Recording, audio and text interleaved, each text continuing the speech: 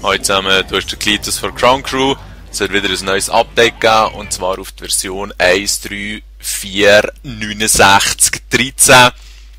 Und ja, es hat doch hier ein paar entscheidende Erneuerungen gegeben, oder Veränderungen besser gesagt, die ich aber definitiv noch nie so gespürt habe.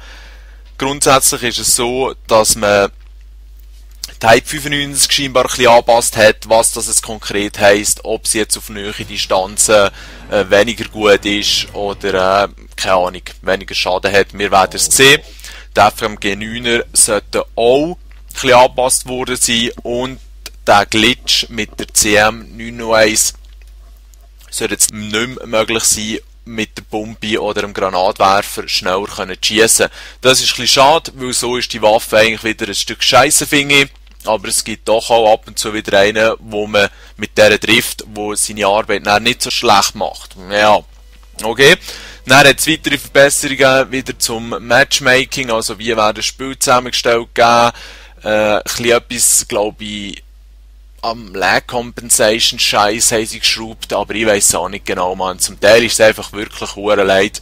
Ich meine, ja, tiptoppige Connection bei mir daheim, aber ja, das Lag Compensation Zeug, das fickt dem einfach schon hure. Und am Schluss hast du dann einfach eine gute Verbindung, und das Game macht einfach deine Verbindung eigentlich schlechter, weil der Kari dort auf dem Bauernhof im Ghetto aussen halt leider nicht so eine gute Verbindung hat, und dann hat er am Schluss einen Vorteil. Naja, das ist ein anderes Thema. Wenn es noch interessiert, kann ich mal etwas erzählen über Lag Compensation, und sonst lassen wir das sein und hoffen, dass es uns nicht allzu fest betrifft, weil in der Schweiz spielt man ja relativ nahe beieinander, nicht so wie in Amerika, wo du eventuell richtig verarscht bist durch das. Merci fürs Zuschauen, schöne zusammen.